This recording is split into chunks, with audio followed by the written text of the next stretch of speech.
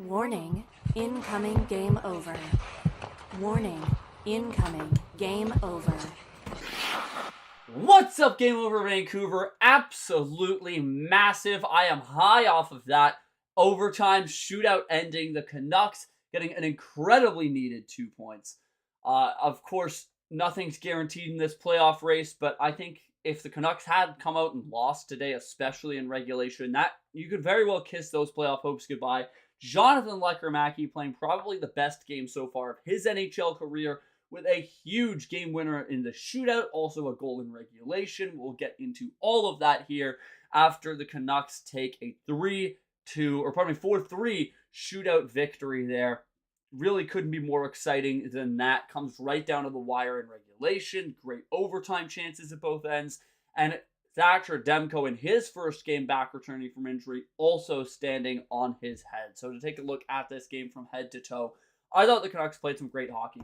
My first initial reaction to this game was going to be, great, we're having another New York Rangers game where the Canucks are undeniably the significantly better team, but at this point in the season, we're long past moral victories.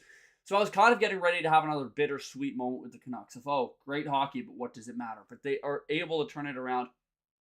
That was just a heart-beating game, you know? Those are the kind of games that make you remember why you fall in love with the sport of hockey. Two really skilled teams playing super tight hockey for all 60 minutes and really had every possible element. Demko's back, baby. A lucky game winner. You guys are hyped in the chat, as am I. Yeah, let's start with Thatcher Demko. He was incredible. That save in overtime, downright stupendous. It's a 2-on-1, largely due to one of Brock Besser's faults, not being a great skater.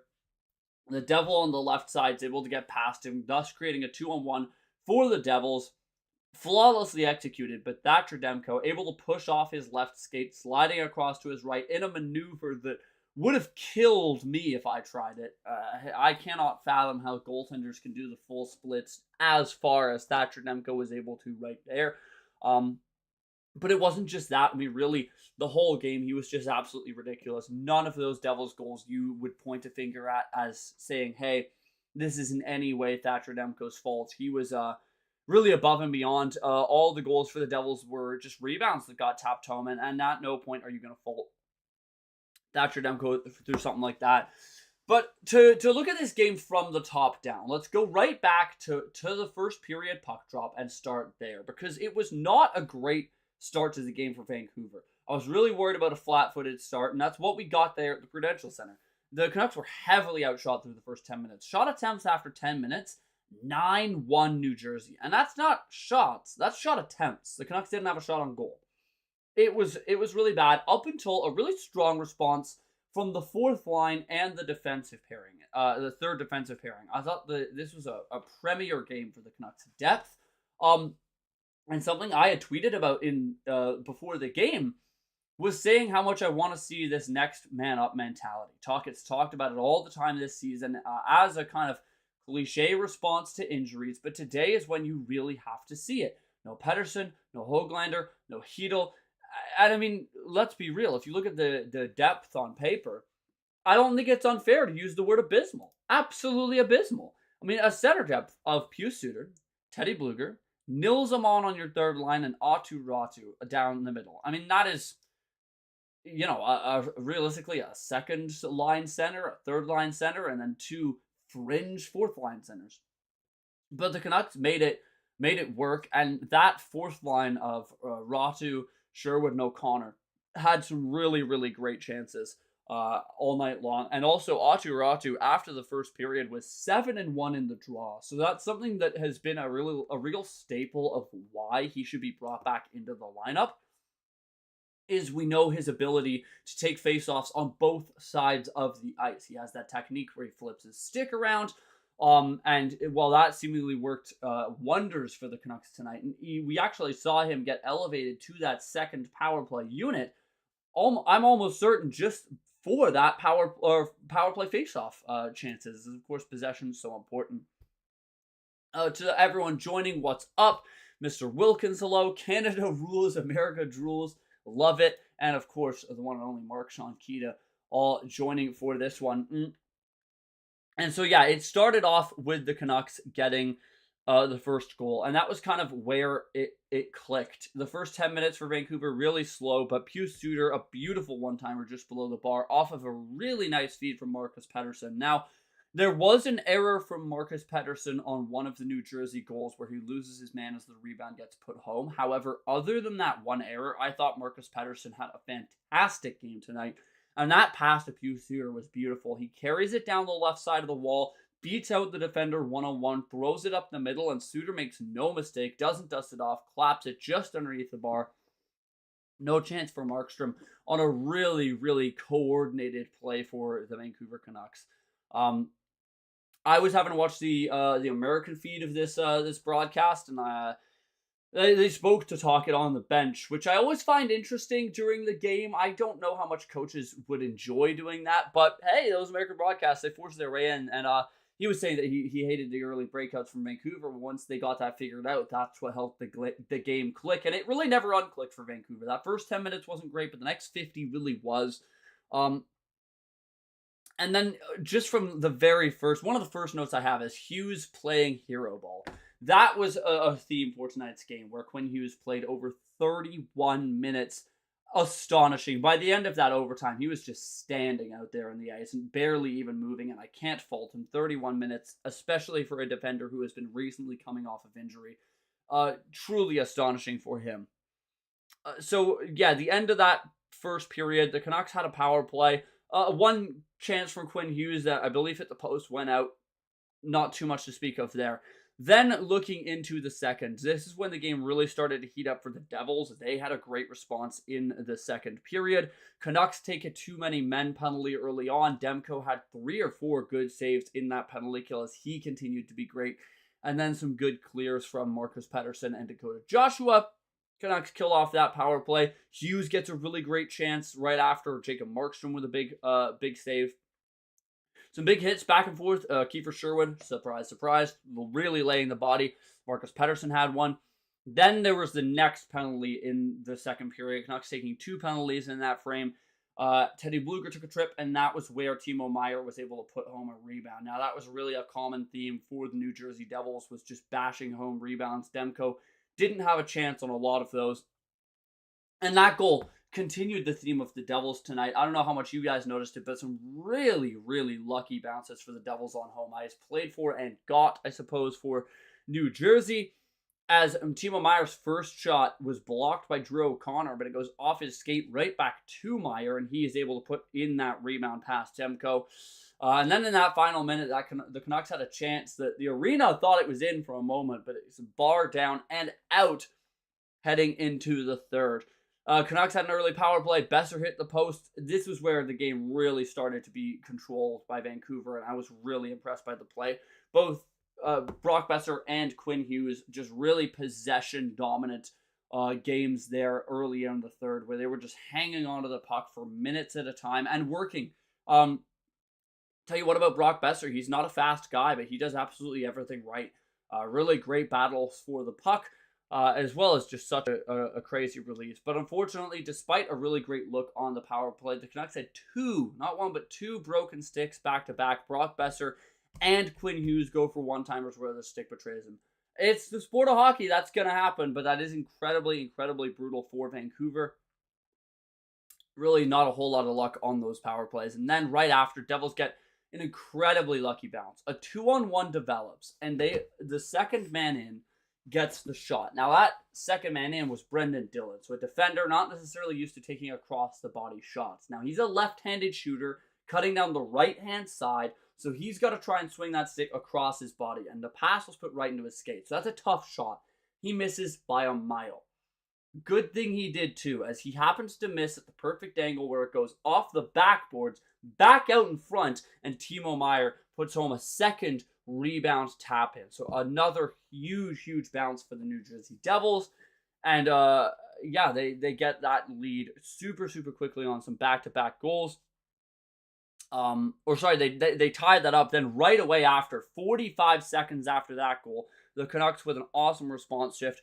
Jonathan Lekkerimäki, his first goal of the game, his first and only goal in regulation, with just a ridiculous one-timer. I mean, his shot was the premier reason why the Canucks selected him with the 14th overall pick 2 years ago. That was really the highlight of his game over in the Swedish league, was just his ability to release the puck.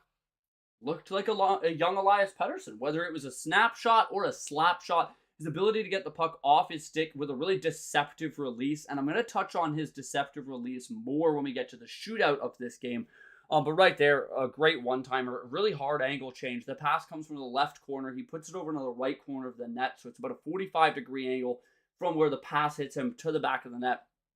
And just an awesome shot by Lekkerimäki. Unfortunately, the Devils, it was their turn to respond quickly. A long-range shot from the left side of the blue line hits Demko. Pad save, but it's Erik Haula who gets first to that one, puts home the rebound. Bit of a brouhaha after that goal. 4-on-4 hockey. It was exciting, but nothing really happened. And then the time starts ticking away, and this is when I was just so nervous, because I think a loss tonight, and you're starting to look at how that shapes the season for Vancouver. And I don't think it would have been unfair to say the playoff hopes are nearly naught if they lose that game of regulation. However, a huge shot from the point hits the post, and Hughes Suter is able to get a greasy one through the 5-hole of Markstrom to send us to overtime. That overtime, wow.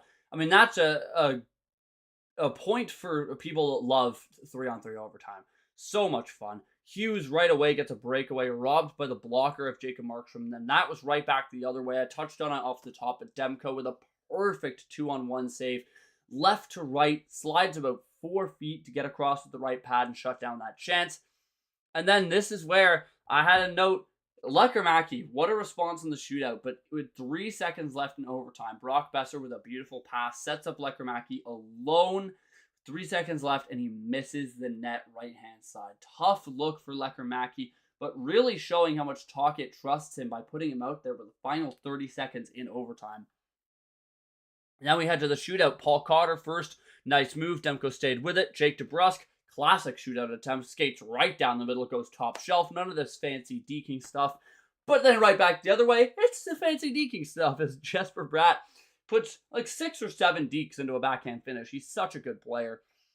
Connor Garland can't even it up, or can't get the Canucks to lead back as his shot swept aside. Meyer, a bit of a flub on the shitout attempts, let it run over into the corner before getting a bit of a shot that wasn't too hard for Demko. And then Hughes Suter had a save. After that, 2 first shootout attempts back-to-back. Luke Hughes, his first NHL career shootout attempt, tries to go left side on Demko. He stays with it, and then back the other way. Jonathan Lekkerimäki, his first NHL shootout attempt, ends the game for the Canucks and gets the huge 2 points. And that goal was what I really wanted to talk about on this show when he scored that one. When they slowed down the replay on the broadcast, you can see just how deceptive his release is.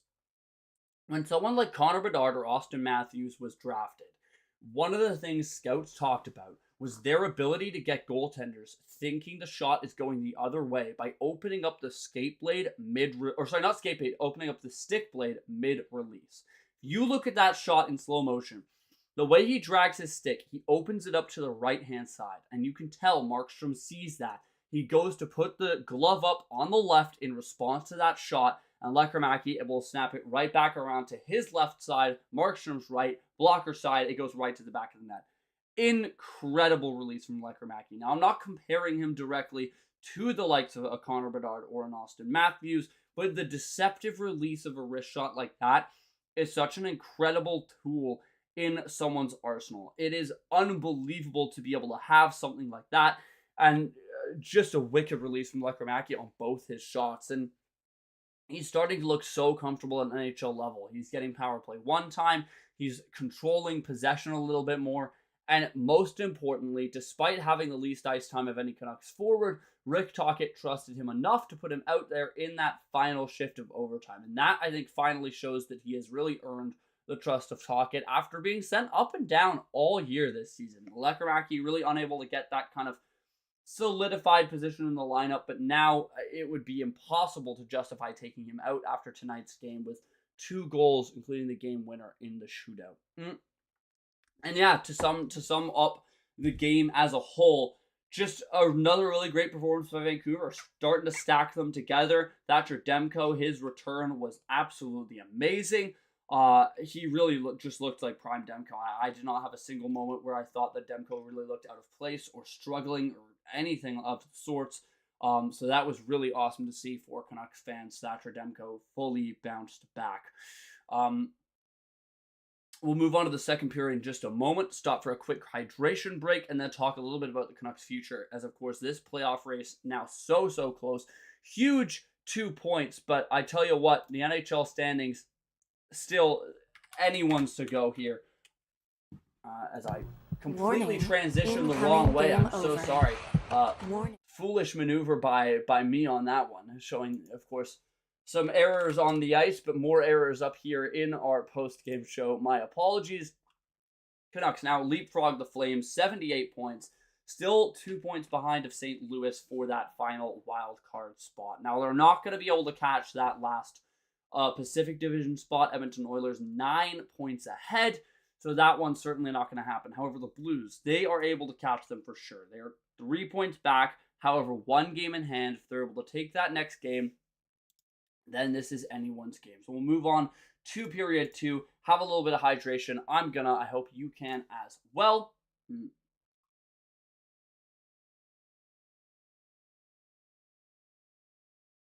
And there we go.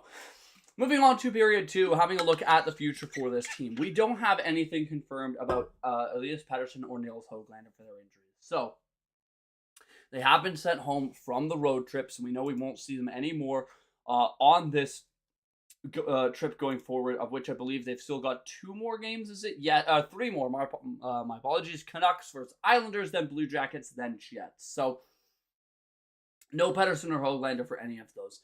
Some tough matchups. The Islanders and the Blue Jackets, both teams that are still trying on the outside looking in on that East playoff race, but still, could squeak in for sure. And then the Jets, of course, one of the most dominant teams in the NHL all season long, although the Canucks did have a good showing against them last time. So the most worrying thing for me, I think, undeniably, is the center depth right now. Hughes Suter looked great tonight. Absolutely great.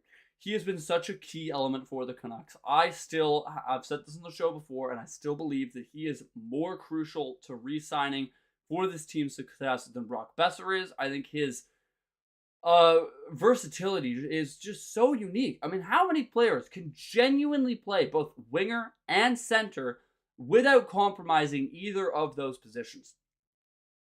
Obviously, the number one that you think of is Ryan Nugent-Hopkins over in Edmonton, but there's very, very few names that come to mind. Hughes Suter, certainly one of them, and his value continues to rise. If the Canucks have been able to get him signed, halfway through this year, it's going to be a lot cheaper than it will coming up to this offseason. He has just been awesome. Shout out to Adam Kierszenblatt for this stat. Hughes Suter is now the 6th Swiss player to score 21 goals in an NHL season. The others being Kevin Fiala, Nico Hischier, Roman Josi, Timo Meier, and Nino Niederreiter.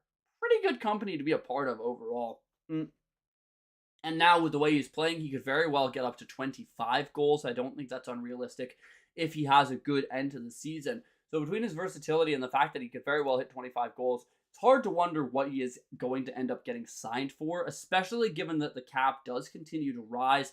I wouldn't be shocked to see him getting well over 4, honestly.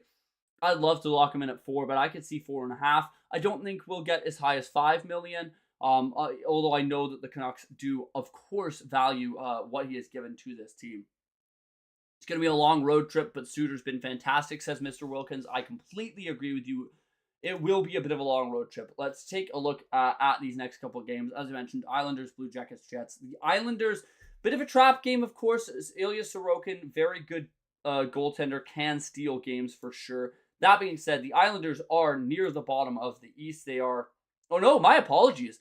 It's been such a tight race. I looked yesterday, and they were in 6th place in the Metro, now up to 4th. As of course, just 1 point separates 3 teams over there right now. So the Islanders are 4th in the Metro, and just 1 point behind the Montreal Canadiens for that final playoff race. So this is a huge game for both the Islanders and the Canucks. Now, both teams have negative goal differentials on the year. The Islanders -16, the Canucks -16, so it's about as even as it gets right there.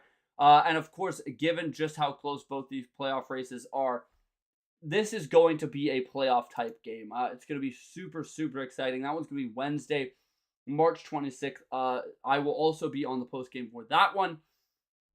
And then, of course, Friday against the Blue Jackets, another team that, man, they had such a great run to start the year. It felt like a success story and a great chance for them to kind of, have a season for Johnny where they subvert all expectations and make it into the playoffs. Well, they have been on a huge slump lately. 2-7-1 in their last 10. There's no questioning the fact that it's been a tough go for the Blue Jackets. That being said, still just 1 point behind the Islanders, 2 points behind the Canadiens. They can absolutely still get into the postseason. And so another game that is going to feel like a playoff game. It's a really, really tough stretch here for Vancouver against, you go from the Jets, the Blues, the Rangers, the Devils, the Islanders, the Blue Jackets, the Jets, then the Kraken. There's 6 games in a row there that are going to have playoff atmospheres here for Vancouver, and they have been rising up to the challenge wholeheartedly. Now, I've talked about the depth here for the forwards and how it hasn't been great, but despite that, the line stepped up. Well, I also want to shout out the third defensive pairing tonight for Vancouver. I thought both Mancini and Forbort looked really good. Kind of a bit of an up and down game for Forbort, where he had some really good shifts and then some not so great shifts, but overall, really showing why he's in the lineup with some strong penalty killing. And Victor Mancini, there was a couple of shifts where he was kind of feeling a little bit more confident offensively. You could tell as he was starting to try and create some plays. And the Canucks seem like they might have something in Victor Mancini, which is really awesome to see. A 5th round draft pick that was kind of a lower end piece in that JT Miller trade, but it's ended up looking like he could be an NHL player. And you know what? Getting an NHL player of a 5th round pick, that's pretty good. So yeah, really no point speculating on Pettersson and Hughes. We don't, or Pettersson and Höglander, my apologies. We don't have anything official on them, so I'm not going to speculate going forward. It is a shame as Pettersson was starting to look like he was finding his game that he does get injured, as well as the big hog. He was doing awesome as well, so unfortunate to see them taken out during that. But yeah, with the young guys stepping up, Lekkerimäki was great. The one line that I did think was not super noticeable tonight was the Dakota Joshua, Nils Oman, and Linus Karlsson line. I thought a lot of plays kind of died in their sticks, but I also thought that when you have a depth line that's very quiet, they're not catastrophic defensively. That is, at the end of the day, what you want to be able to have from your depth, is put them out there and have reliable minutes, get your top guys a break, and not concede anything. So I suppose I can't fault them for that, but given the fact that we saw several really great opportunities from the line even below them, the 4th line of O'Connor, Ratu, and Sherwood, I would have liked to see a little more. So I would expect to see that line probably shaken up here for the next game, or maybe just elevate the 4th line to the 3rd and just switch those two. Reward that 4th line for having a successful looking night is what I would do heading forward to this one. But yeah, just overall, awesome storyline for Thatcher Demko as well. For him to be able to come back and do that well, man, there was questions about whether or not he was even going to be able to play tonight. Barely got in time and was able to play a game of that caliber. It gives me hope that the Canucks did not rush him back and that he is truly ready and willing to be back now. Yeah, just a massive, massive game for Thatcher Demko, for his confidence, of course. Goaltending, such a huge mind game, such a mental position. So that's massive. A quick out-of-town report as well, because the other game on the docket tonight does have some implications for Vancouver. Detroit and Utah. Currently, that one's through 40 minutes. Detroit up by 1. Canucks, of course, hoping that Utah loses, as they're one of the teams challenging in this playoff race. They are a little bit further back now. Utah probably will end on the outside looking in. It's primarily the St. Louis Blues and the Calgary Flames that the Canucks have to worry about. But I do think overall, you can make a just argument that if Utah wins this, they're able to get back into the race. So we'll see how that game ends up. I'll keep you up to date. Looking on the NHL schedule for tomorrow as well, though, because this is the time of year where you do kind of have to schedule a watch. It's not just about what the Canucks do, but you're theorizing that you want to see the Canucks ideally going probably 7-4 over the remaining 11 games to be able to hit the 92-point threshold, and that's probably where you feel good about getting into the playoffs. However, that's of course barring the Calgary Flames going on a huge run, and they play tomorrow night, an interdivisional game against the Seattle Kraken, who haven't had the season they've wanted this year. So that's going to be a big one to watch for Canucks fans. And of course, St. Louis also play tomorrow, 5 p.m., so a huge scoreboard watching game for them. St. Louis is easily the team that worries me the most in terms of the Canucks being able to squeak back into the playoffs. Ever since they were able to get Jim Montgomery from the Bruins, what a weird coaching firing that was.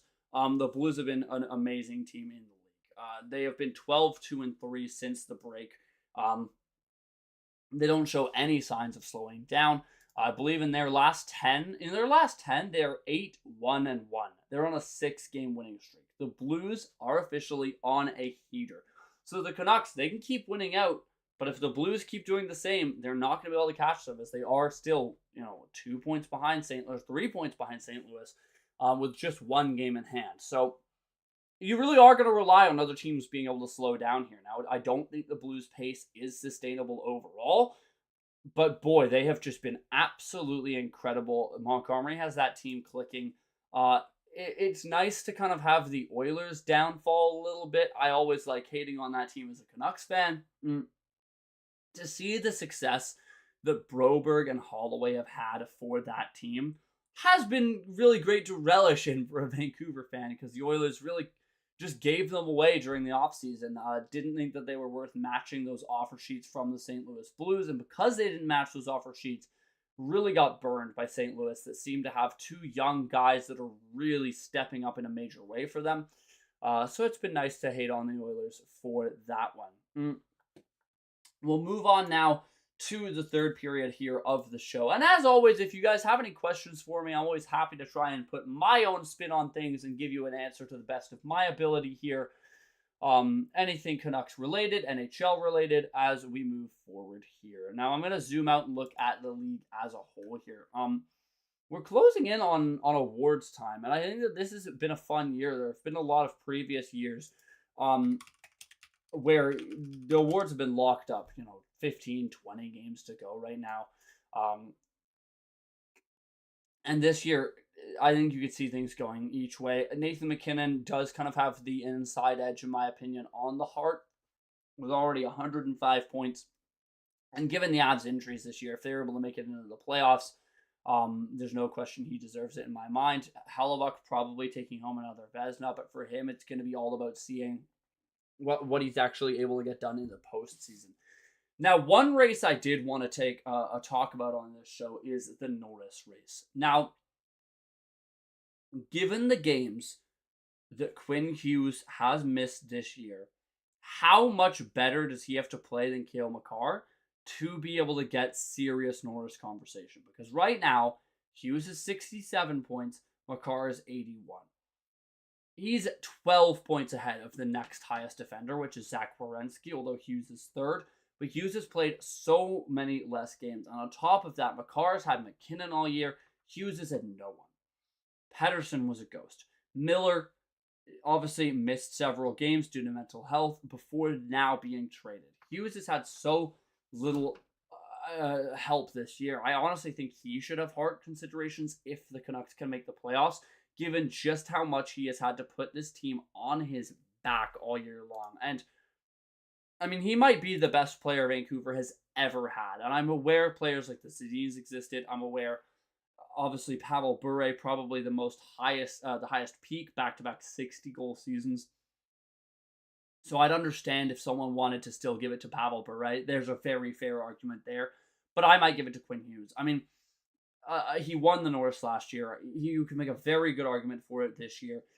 When have the Canucks ever had a player that is this dominant at their position, where he's just undeniably the best in the league night in, night out?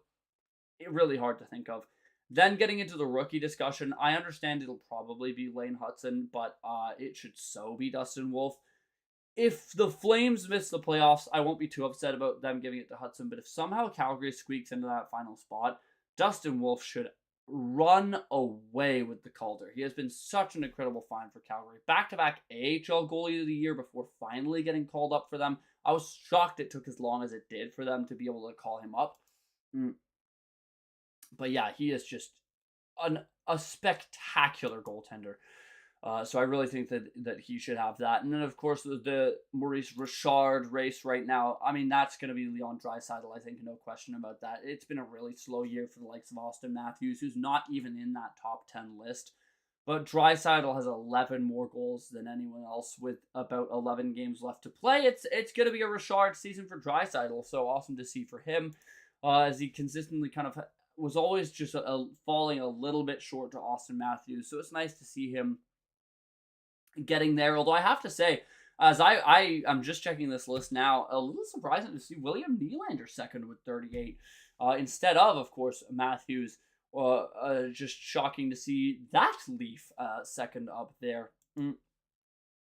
So good to see for Willie Styles.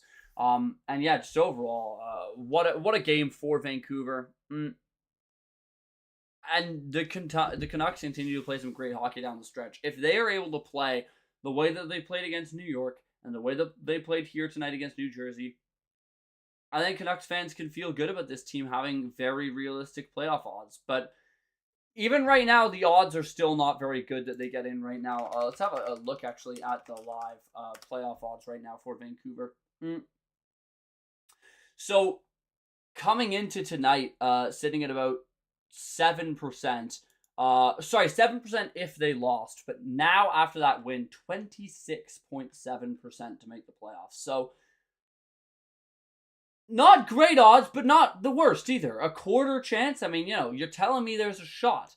So obviously these next few games are absolutely paramount for Vancouver. It's going to be make or break hockey really for the rest of the season, but especially against these fellow playoff teams. Now, there isn't any head-to-heads for Vancouver, i.e. games against the teams they really want to beat, like St. Louis or the Flames for the rest of the year. Of course, that last one against St. Louis was a massive game. Huge that they got it to overtime. Sucked that they dropped that point. But man, looking down the stretch for the rest of the time, it's either a playoff team or a team that's right there and fighting for a spot in every game except 3. The only 3 games the Canucks have that are easier opponents are the Seattle Kraken, Anaheim Ducks, and San Jose Sharks.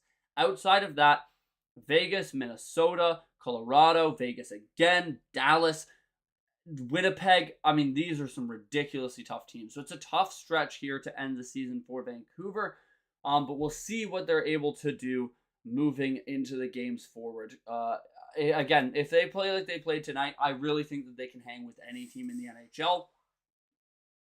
It was really above and beyond performance. So, great job for Vancouver. Banner game for Thatcher Demko and Jonathan Lekremaki, who I'm certain we'll see back into the lineup again. But for now, I'll start to wrap the stream up. A little bit of a shorter one. I'm by myself tonight. I'll see if I can get a guest on Wednesday. But just overall, one of those games that I think the Canucks, a dominant performance for the final 50 minutes of the game. It was a slow start, but they got it figured out. And most importantly, had a slow start where they didn't concede anything in that first 10 minutes. So a great performance by Vancouver. And a really great finish. Again, Jonathan Lekremaki absolutely earning his dues. Great job for Lex. So thank you all so much for tuning in to a fun post-game episode here for Game Over Vancouver. So ecstatic to get away with that win. 2 points that the Canucks have desperately needed. And looking to the American side of things, the New Jersey Devils, that's a tough one for them to give up as well. They're in a bit better of a spot. They are sitting third in the Metro. They have a pretty cushy lead, 7 points, but you don't have too much of a bad thing down the stretch, and they have been struggling. I don't know if you guys saw Sheldon Keefe, the New Jersey Devils coach, his comments. The defender, Jonathan Kovacevic, was talking about how the team needs to have a playoff mentality, and Keefe called him out immediately, saying Kovacevic needs to play better. Well, I thought he had a good game tonight. The Devils played well. Again, it was a great game between two teams playing hard. However, New Jersey have now 4-5-1 in their last 10 and a 3-game losing streak. So, bit of a fall for New Jersey. Thankfully for them, they built up kind of enough of a cushion when they had all their stars that I think they'll be all right, but things are not all well, and they're going to have to figure it out heading into the playoffs. Just 10 games left for the Devils to try and iron things out heading into what will certainly be an awesome playoff race in the postseason. So I will wrap it up there. That'll do it. Thank you so much. I'd like to shout out, Mr. Wilkins, thank you for staying with me the whole show here. I really appreciate it. Some great comments from you. So I hope you have a great rest of your night, as to everyone else watching in the chat. For everybody here at Game Over Vancouver, thank you so much for watching. Next game will be 4:30 p.m. on Wednesday against the New York Islanders. So catch that one for the Canucks as they look to keep their playoff hopes alive. I've been Zach Clarke. Have a great night.